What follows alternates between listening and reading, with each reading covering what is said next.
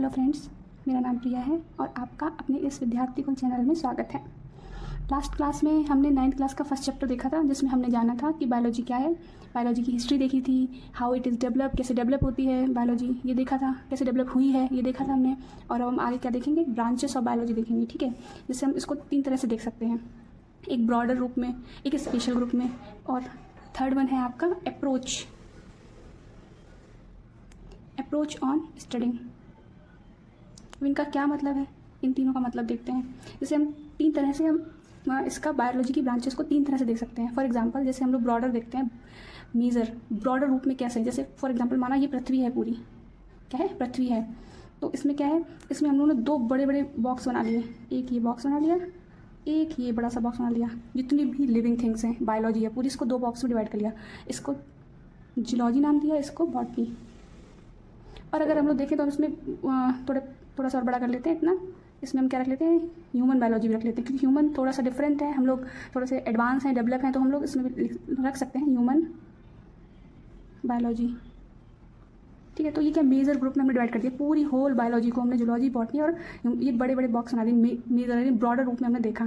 ठीक है, तो ये ग्रुप बनाए जूलॉजी में। एज वी नो कि हम लोग एनिमल की स्टडी करते हैं, एनिमल्स की। बॉटनी में किसकी करते हैं हम लोग, प्लांट्स की। अब ह्यूमन बायोलॉजी आ तो जूलॉजी के अंतर्गत जाएगा, लेकिन अगर हम इसको अलग से देखना चाहे अलग भी देख सकते हैं। अब ह्यूमन बायोलॉजी में क्या है, human as a living organism, human क्या है, लिविंग ऑर्गेनिज्म है, और इसका अदर ऑर्गेनिज्म के साथ कैसा रिलेशन है, क्या रिलेशन है। ठीक है, तो इसको हम ह्यूमन बायोलॉजी में पढ़ते हैं। अब इसके अंदर भी ब्रांचेस हो सकती हैं। फॉर एग्जाम्पल देखा, ह्यूमन का अगर सोशली रिलेशन है, सोशली इंटरेक्शन कैसा है, सोशली इंटरेक्शन है, ह्यूमन का सोशल के साथ इंटरेक्शन है, तो इसकी स्टडी हम करते हैं किसमें, एंथ्रोपोलॉजी में। तो ऐसे ब्रांचेस निकलती चली जाती हैं ना, तो हम लोगों ने ब्रॉडर रूप देख लिया। ठीक है, अब देखते हैं स्पेशल ग्रुप। स्पेशल ग्रुप मतलब, अब जैसे हमारा ये जूलॉजी था, इस जूलॉजी बॉक्स को या बॉटनी बॉक्स को हमने बाहर निकाल लिया। पूरी अर्थ में ये 2 बॉक्स हैं, ठीक है, बाहर निकाल लिया। अब इसमें छोटे छोटे स्पेशल ग्रुप भी होंगे, अलग अलग टाइप के ऑर्गेनिज्म होंगे। जूलॉजी में अलग अलग टाइप के प्लांट्स होंगे, ये भी आपके बॉक्स बन गए अलग अलग। तो ये क्या है, स्पेशल टाइप्स ऑफ ग्रुप बन गए। ठीक है, इनके बारे में स्टडी करेंगे। जैसे फॉर एग्जांपल हम देखते हैं बैक्टीरियोलॉजी। ठीक है, अब बैक्टीरियोलॉजी में हम किसकी स्टडी करेंगे, जितने भी बैक्टीरिया हैं। ठीक है, जितने भी बैक्टीरिया अर्थ में पाए जाते हैं, ये बैक्टीरियोलॉजी के अंतर्गत करते हैं।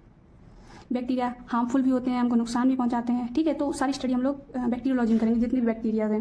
ठीक है, जो जैसे हमारा दही है वो बैक्टीरिया से जमता है, हमको डिसीज़ भी बैक्टीरिया के थ्रू हो जाती है। ठीक है, अब नेक्स्ट हम एग्जाम्पल देखते हैं वायरोलॉजी। इसमें हम स्टडी किसकी करते हैं, वायरस की। वायरस हम लोगों ने इसमें वायरस में एग्जांपल दे सकते हैं। कोविड वायरस आया था, तो कोरोना वायरस था, तो उससे क्या हो रहा था, डिसीज़ फैल रही थी। तो जितने भी वायरस हैं दुनिया में, उसकी स्टडी हम वायरोलॉजी में करते हैं। फिर माइकोलॉजी, एक माइकोलॉजी है, फाइकोलॉजी है, एंटोमोलॉजी है।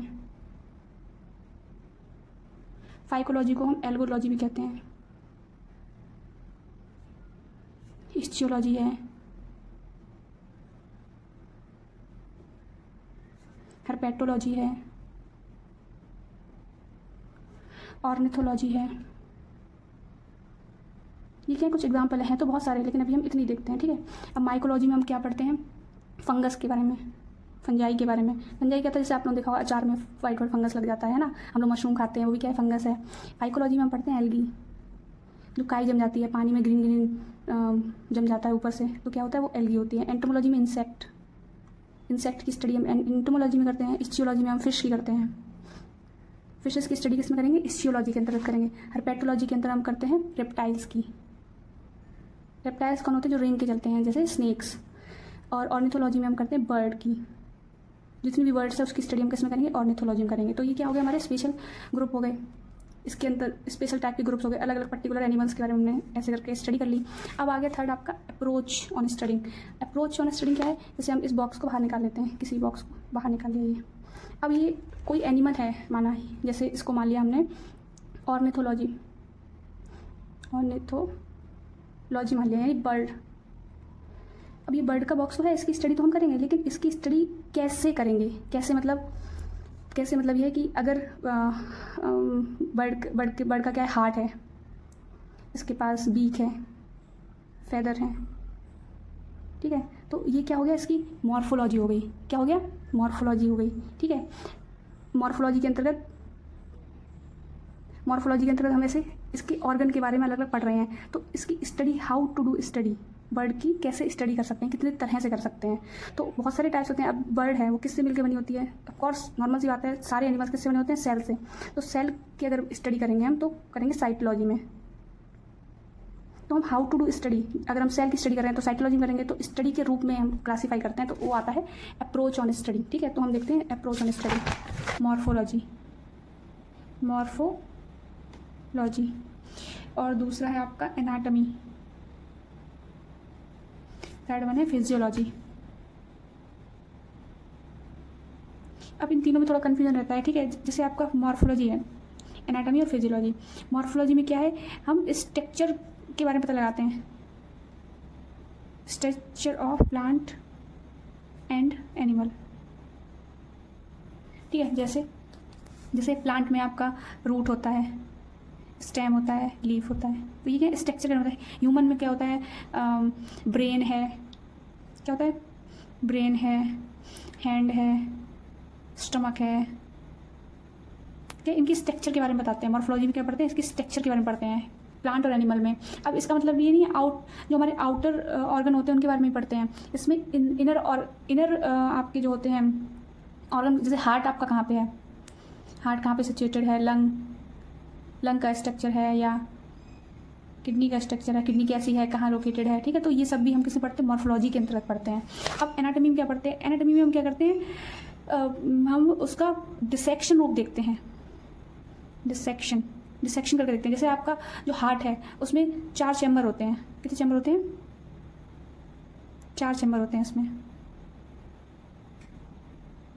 ये आपका हार्ट है माना, इसमें कितने 1 2 3 4 ये 4 चैम्बर है। तो इसकी इंटरनल स्टडी कर रहे हैं, किसकी इंटरनल स्टडी, ठीक है। और ऐसी किडनी की इंटरनल स्टडी करेंगे। तो जो डिसेक्शन करके हम स्टडी करते हैं, इंटरनल स्टडी करते हैं, इसमें इंटरनली करते हैं लेकिन स्ट्रक्चर ही करते हैं, इसमें भी स्ट्रक्चर करते हैं लेकिन इसमें डिसेक्शन करते हैं, काट के देखते हैं कहाँ पे इसमें 4 लोब हैं, इसमें और क्या क्या है, सारे स्ट्रक्चर इंटरनली देखते हैं। हाँ, फिजियोलॉजी में हम क्या करते हैं,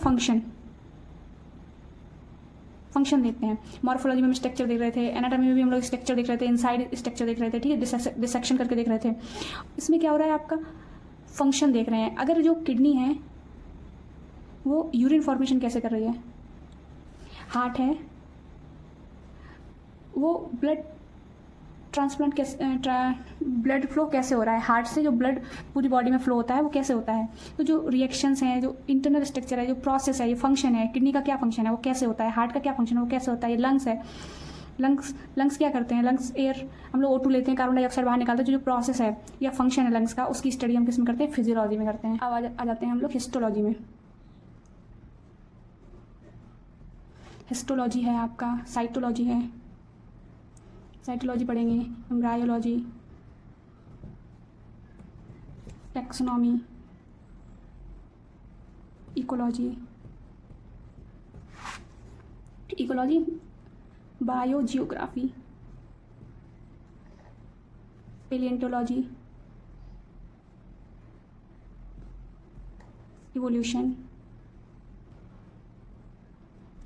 जेनेटिक्स, ठीक है। इतना देख लेते हैं हम लोग पहले। हिस्टोलॉजी में हम लोग टिश्यू की स्टडी करते हैं। टिश्यू सेम फंक्शन परफॉर्म करने वाली सेल को हम टिश्यू कहते हैं। सेल तो हम जानते हैं सारे लिविंग ऑर्गेनिज्म सेल से मिलकर बने होते हैं। आपका जो नेक्स्ट चैप्टर है वो सेल ही है, हम सेल के बारे में देखेंगे। तो अगर सेम सेल सेम फंक्शन एक साथ मिलकर सेम फंक्शन परफॉर्म कर रही हैं तो उसको हम टिश्यू कहते हैं। तो टिश्यू की स्टडी हम हिस्टोलॉजी में करते हैं। साइटोलॉजी में हम लोग सेल की स्टडी करते हैं। एम्ब्रियोलॉजी में हम लोग एम्ब्रियो की करते हैं। Embryo, how to embryo form, मतलब एम्ब्रियो से क्या बनता है, बेबी, ठीक है, इन एनिमल, इन प्लांट्स, ठीक है। तो एम्ब्रियो कैसे डेवलप होता है उसकी स्टडी हम एम्ब्रियोलॉजी में करते हैं। टैक्सोनॉमी, ये बहुत इंपॉर्टेंट है। टैक्सोनॉमी ग्रुप करना है, जैसे हम लोग अभी ग्रुप क्या कर रहे हैं, ग्रुप ही तो बना रहे हैं। अभी उन्होंने ग्रुप बनाया था, जूलॉजी, बॉटनी, ये क्या किया था, ग्रुप बनाया था एक तरह से। तो क्या है, क्लासिफिकेशन कर रहे हैं हम लोग। तो बायोलॉजी को पढ़ने के लिए, ईजी करने के लिए ऐसे हम लोगों ने ग्रुप बनाया। तो जो ग्रुप बनाने की जो स्टडी है वो टैक्सोनॉमी में करते हैं। इकोलॉजी में हम क्या करते हैं, इकोलॉजी में हम रिलेशनशिप देखते हैं, रिलेशनशिप इसके बीच में एबायोटिक एंड बायोटिक के बीच का जो रिलेशनशिप है उसको हम इकोलॉजी में पढ़ते हैं, ठीक है। एबायोटिक होता है, बायोटिक होता है आपका लिविंग, एबायोटिक होता है नॉन लिविंग। बायोजियोग्राफी में पढ़ते हैं अब कोई भी एनिमल है या कोई भी प्लांट है स्पेसिफिक एरिया में पाया जाता है। जैसे आपका जो कैमल है वो कहाँ पाया जाता है, डेजर्ट में। कहाँ पाया जाता है, डेजर्ट में पाया जाता है, सॉरी, ठीक है। कैमल डेजर्ट में पाया जाता है, यहाँ तो नहीं पाया जाता, तो क्यों।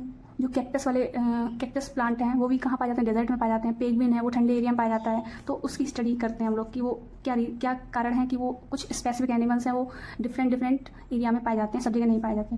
पेलियोंटोलॉजी में हम फॉसिल की स्टडी करते हैं। फॉसिल क्या था, जैसे उस ज़माने में क्या थे, डायनासोर हुआ करते थे, तो उनके हम देखे थे ना, किसी ने मर गए, उनका जो फॉसिल थे, हड्डियाँ थी या दब गए, उनके निशान बन गए, तो उसको हम कह रहे हैं फॉसिल कह रहे हैं। जो फॉसिल है उसकी स्टडी करते हैं पैलेंटोलॉजी में, ठीक है। और एवोल्यूशन में करते हैं हम डेवलप होना। जो जीव हैं या जो ऑर्गेनिज्म है उनका समय के साथ बदलाव, चेंजेस होना और डेवलप होते चले जाना, उस ज़माने से लेके इस ज़माने तक, जब सबसे पहले एक लिविंग ऑर्गेनिज्म आया होगा एक सेल का, उससे इतना कॉम्प्लिकेटेड इंसान बन गया, ठीक है। तो ये क्या एवोल्यूशन होता है, तो इसकी स्टडी हम पढ़ते हैं एवोल्यूशन में। जेनेटिक्स में पढ़ते हैं inheritance and variation. Inheritance and variation मतलब एक जनरेशन से दूसरे जनरेशन में जो करेक्टर ट्रांसफर हो रहे हैं, तो वो कैसे हो रहे हैं। जैसे हमारे 2 हाथ हैं, हमारी मम्मी के भी थे, दादी के भी थे, तो वो 2 हाथ ट्रांसफ़र हो रहे हैं। आँखें हैं वो क्या हो रही हैं, ट्रांसफ़र हो रही हैं। मैं चींटी जैसी नहीं दिख रही हूँ, क्यों, क्योंकि चींटी वाले जीन्स हमें ट्रांसफ़र नहीं हो रहे हैं। हमको कौन से ट्रांसफ़र हो रहे हैं, ह्यूमन वाले हो रहे हैं। तो वो जीन कैसे ट्रांसफ़र हो रहे हैं, सेम टू सेम। अगर 2 हाथ है तो 2 ही हाथ ट्रांसफ़र हो रहे हैं, तो वो कैसे ट्रांसफ़र हो रहे हैं। इनहेरिटेंस पढ़ते हैं, वेरिएशन, ट्रांसफ़र होने के साथ साथ डिफरेंसेस भी हैं। जैसे मैं मम्मी जैसी नहीं दिखाई देती हूँ, उनकी शक्ल अलग है, मेरी अलग है, तो जो अंतर आया, तो वेरिएशन, जो डिफरेंस आया, उसकी study. Inheritance, how traits transfer to next generation. Traits मतलब लक्षण, कैसे जो ट्रेड्स हैं वो ट्रांसफ़र हो रहे हैं नेक्स्ट जनरेशन में, और कैसे वेरिएशन आ रहा है, कैसे सिमिलरिटीज़ आ रही हैं, तो उसकी स्टडी हम जेनेटिक्स के अंतर्गत करते हैं, ठीक। जेनेटिक्स देखिए आप, पैरासाइटोलॉजी के अंतर्गत बढ़ते हैं हम। पैरासाइट के बारे में पढ़ते हैं, किसके बारे में, जो किसी दूसरे ऑर्गेनिज्म से फूड लेते हैं और उनके ऊपर या अंदर रहते हैं।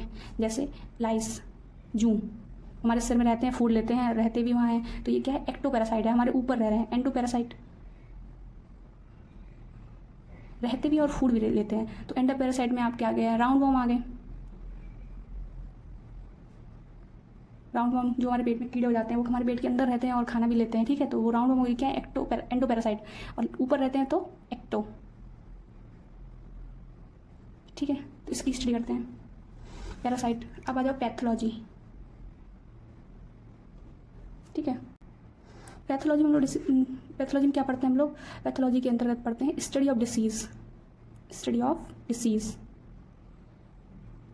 जैसे डिसीज़ है उसकी स्टडी करते हैं, जैसे टीबी है, कैंसर है, इसकी स्टडी पैथोलॉजी में करते हैं। और नेक्स्ट आपका क्या हो जाएगा, इम्यूनोलॉजी।